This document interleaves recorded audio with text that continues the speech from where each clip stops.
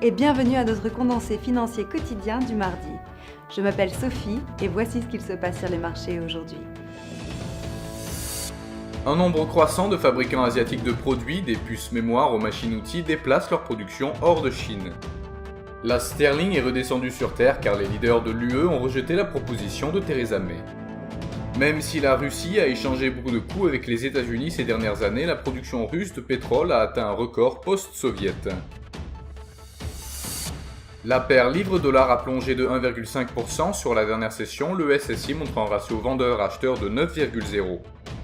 La paire dollarienne a affiché de légers gains sur les deux dernières sessions, en hausse de 0,3%, le SSI montre un ratio vendeur-acheteur de 4,6. Le cours du pétrole brut a exécuté une correction mineure, gagnant 0,7% sur la dernière session, le SSI montre un ratio acheteur-vendeur de 1,1.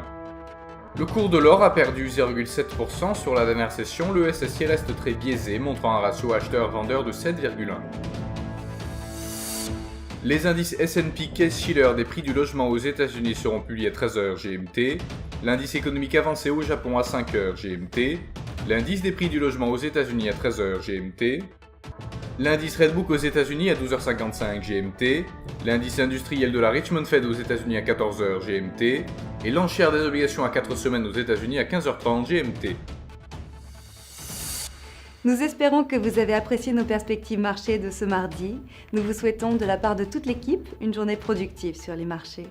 N'oubliez pas de vous connecter demain matin pour retrouver les dernières nouvelles et événements des marchés financiers.